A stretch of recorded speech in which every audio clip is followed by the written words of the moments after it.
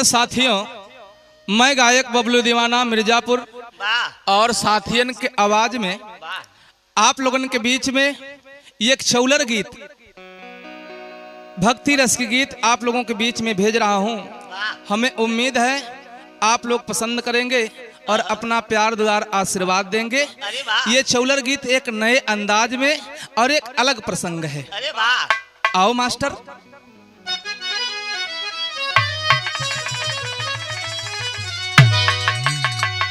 अरे बोली गौरा ये हो बाबू, बोली गौरा।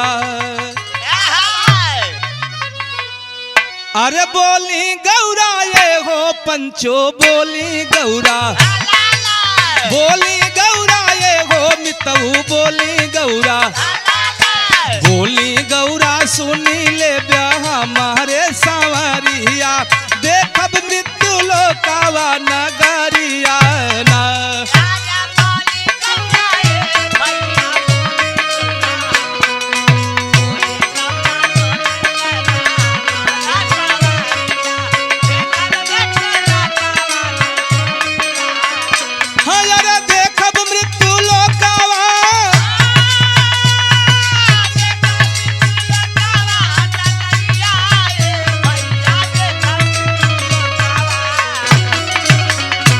अरे बोली गौरा ये हो बाबू, बोली गौरा।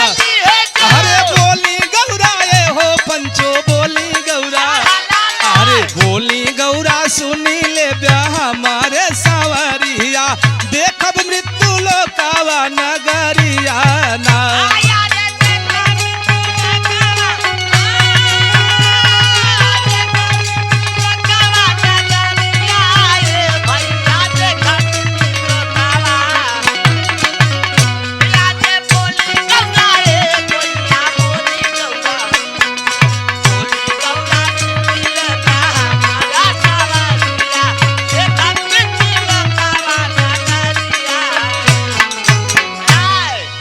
माता पार्वती भगवान भोलेनाथ से इच्छा जाहिर करते हैं कि स्वामी बड़ी लालसा है, एक बार हमको मृतलोक दिखला दीजिए। लेकिन भगवान भोलेनाथ कैला का मना करा भोला लाख मानना भवनिया। अरे ऊंच नीच शिवाजी बतावेलन कहानिया हो, ऊंच नीच शिवाजी बतावेलन कहानिया।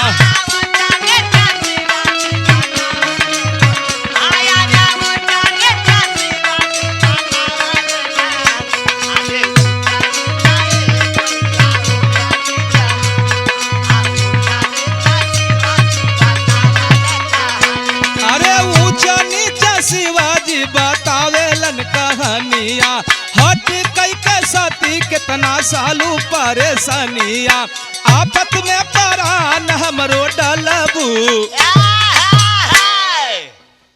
ए गिरजा ए गौरा, तो के लिया के कतहूँ जाइब नहीं, कहे से कि जहाँ भी गईली वहाँ परेशानी उठावे के। भगवान का बतिया सुन के माता पार्वती गुस्सिया गईली। भल का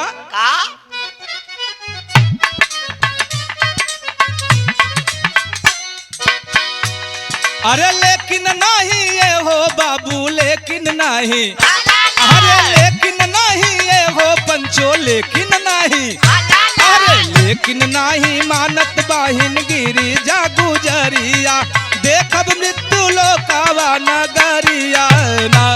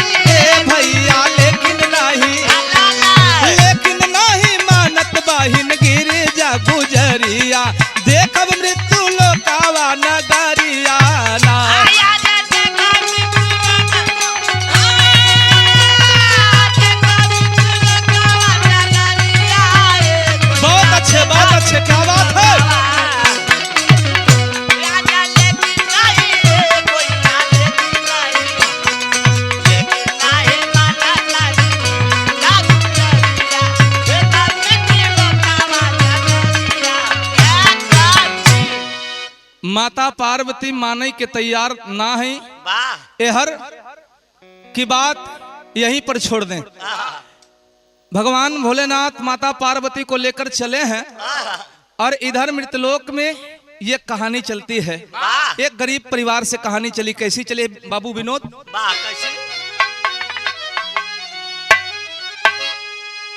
अरे बाबू रहे वृद्ध औरिया नरी मयरिया,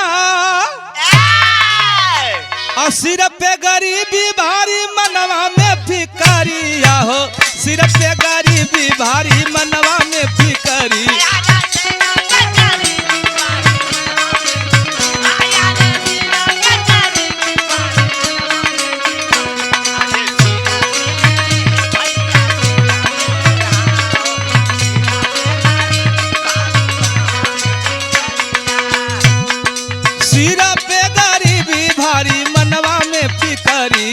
जीविका चलावे काटी काट के लकड़िया, खाली एक लाल बिना तरस। एक गरीब परिवार से कहानी चली। उस परिवार में 4 सदस्य, माता पिता और उनके बहू और बेटे, यानी बेटवा पतो। भैया परिवार की जिम्मेदारी सूरज उठाता था, लकड़ी काटे, ओके ले जाए बाजार में बेचे और उससे जो पैसा रुपया मिले वही पैसा रुपया से घर का खर्चा चलावे। ए भैया एक दिन जंगल में जाए के उस सूरज एक पेड़ के नीचे बैठ के रोवत है अपने हालत पे। कैसे रोवे प्रेम भैया?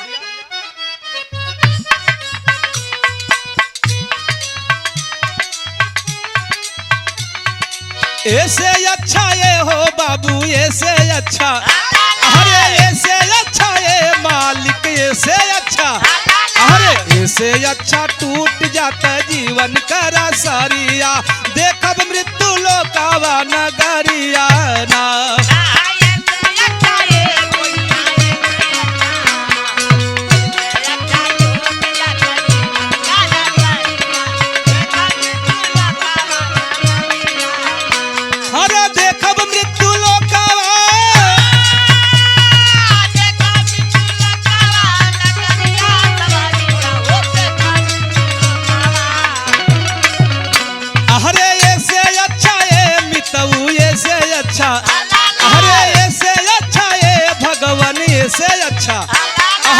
से अच्छा टूट जाता जीवन करा सारिया, देखब मृत्यु लोकावा नगरिया ना।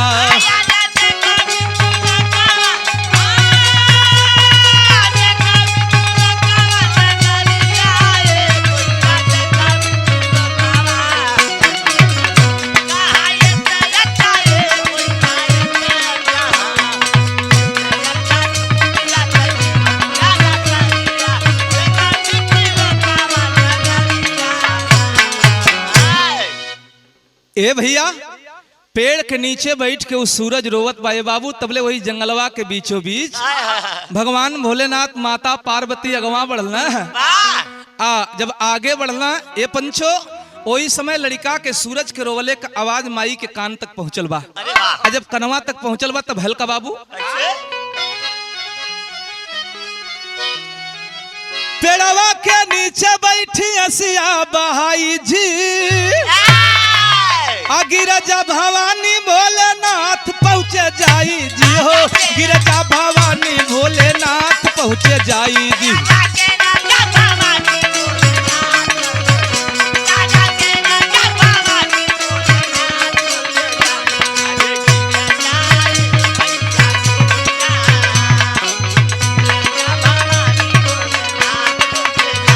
हरे गिरिजा भवानी भोलेनाथ पहुँचे जाई जी, सुन के रुदन बात बोल उठी माई जी, काहे खातिर लाल हमाया सिया। माई पार्वती पूछत है बेटवा, ए बेटा ए जंगल में काहे रोवत हुआ बेटा? कौन ऐसन तकलीफ, कौन ऐसन तोहके कष्ट हो बाबू? लड़का बतौले बा कोनो कष्ट ना हो, तू लोग ए बुढ़िया माई ए बुढ़वा बाबू कैसे कि भगवान वृद्ध के भेष में रहला, माता पार्वती वृद्ध के भेष में रहली। लड़का कहले बा कि तू लोग अपन रास्ता देखा, हमरे रोले गवले से कोनो मतलब ना है। लेकिन ए बाबू जब माता पार्वती कहने लगी, आखिरकार लड़का जब बतिया बतौले बा अपने माता पिता की भक्ति, अपने परिवार की भक्ति बताता है कि सबसे पहले उठिला तो माई बाबू का गोड़ धरीला, माई बाबू के प्रणाम करके ओकरे बाद भगवान के नमस्कार करीला, फिर गृहस्थी का काम आगे करीला। आए है इतनी बात को सुन करके भगवान त्रिलोकीनाथ भोलेनाथ आखिरकार उसकी भक्ति को देख करके प्रसन्न हो जाते हैं। जब भगवान प्रसन्न भइला तो अपने असली वेश में अइला है। जब असली वेश में अइला तो भगवान कहला का बाबू आओ,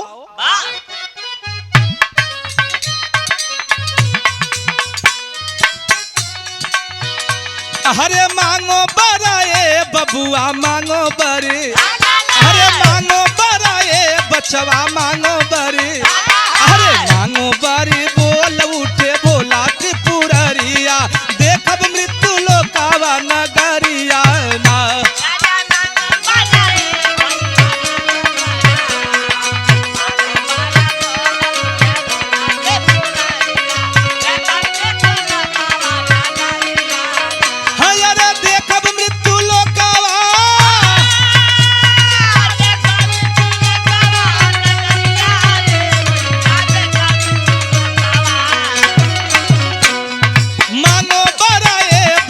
मांगो बरे, हरे मांगो बरे बबुआ मांगो बरे, हरे मांगो बरे बोल उठे बोला त्रिपुररिया, देखब मृत्यु लोकावा नगरिया ना।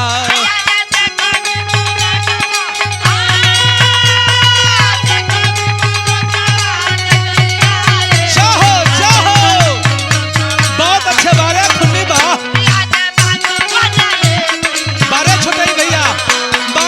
सिया राम जी, क्या बात है।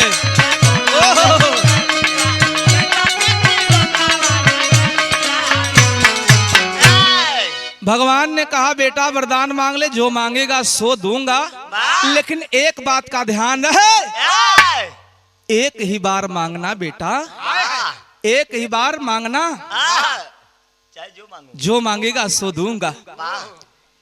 भगवान के गोड़वा पे गिर के लोटा लगल, कल सरकार चिन्हली ना पहचानली ना, हमरे भूल के क्षमा कर दे, कल सरकार बोलना है, कल सब क्षमा है, जल्दी से मांग ले बेटा।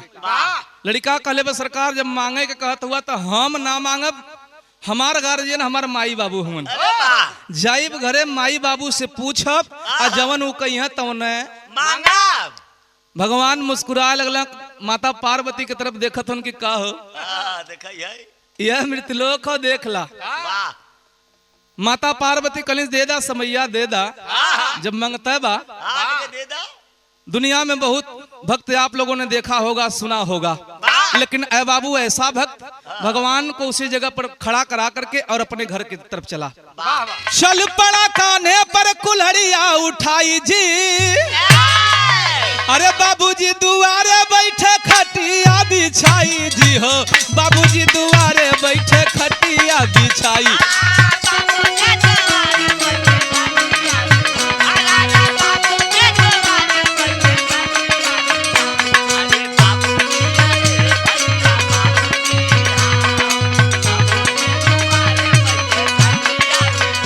अरे बाबूजी दुआरे बैठे खटिया बिछाई जी, बैठी बादुआरी पर आनहर बुढ़िया माई जी, धाई के दे उड़िया ये हरता कता। दरवाजे पर पहुंचा, बुढ़वा बाबू खटिया बिछाई के दुआरे बैठल हवन, दोपहर का समय बा। बाबू देखला पूछत हवन, बाबूजी जब देखला पूछत हवन कि बेटा कैसन तबीयत ठीक ना हो, काहे चलेला। जंगल का बीती बात बाबू से बतौले बा कि बाबू त्रिलोकीनाथ भोलेनाथ हमके दर्शन देलन, वरदान देवे बदे कहत हवन। बोला बाबू का मांग ले ही। बाबू के इशारा बोल के बेटवा गरीबी में दिन बीतत है, जाए के दुनिया का मालिक जब वरदान देवे दे कहतन तो रुपया पैसा धन दौलत मांगला।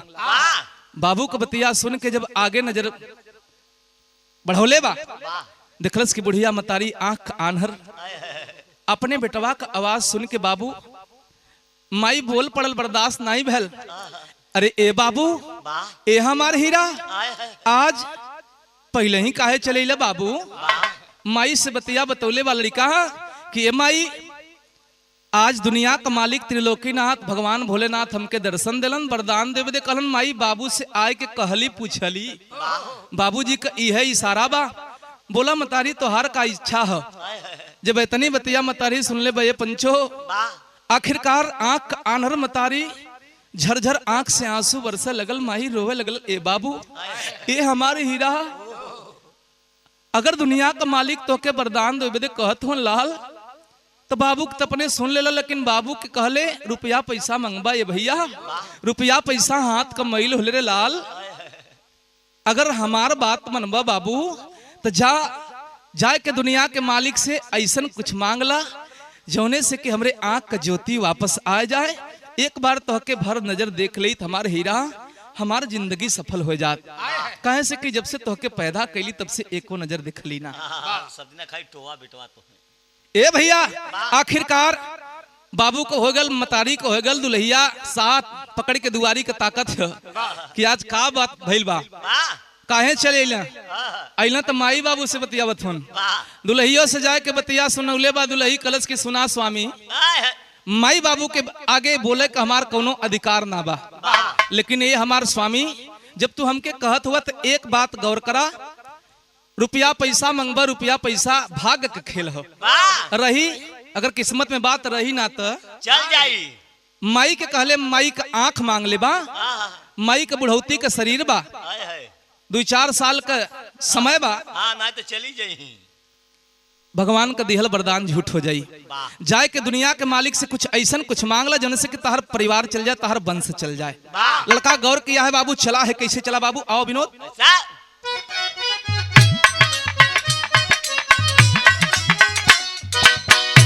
अरे भागा भागा ये बाबू, भागा भागा, अरे दौड़ा दौड़ा ये पंचो, दौड़ा दौड़ा, अरे भागा भागा आया पहुंचा जंगल में पुजरिया, देखब मृत्यु लोकावा नगरिया ना।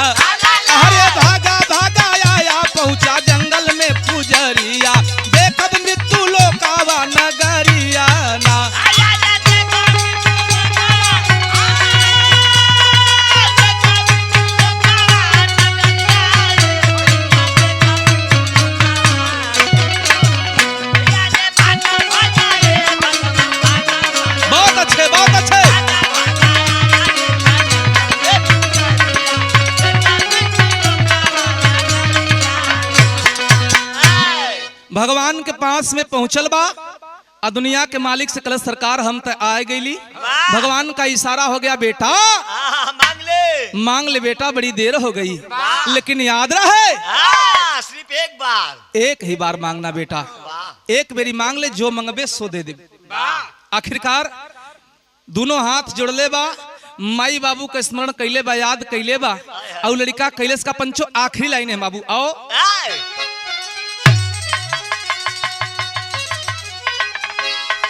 सोनवा के पलना में झूलती झूलनवा,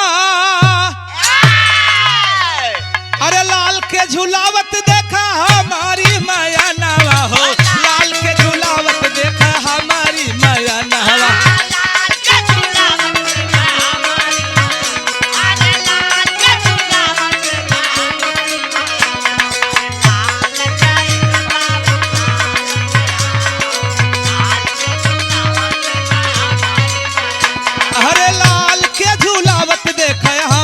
माया नावा राधे श्याम नारायण अब खत्म दसतनावा, एवं मस्त कई के बोझल भैला तेही।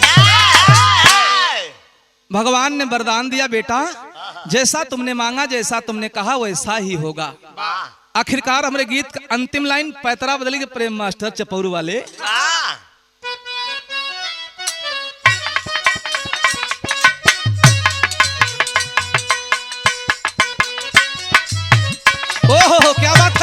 है अरे छेदी यादव ये भैया अहे छेदी यादव ये पंचो अरे छेदी यादव साथ गावे बबलू कजरिया देखब मृत्यु लोकवा नगरिया ना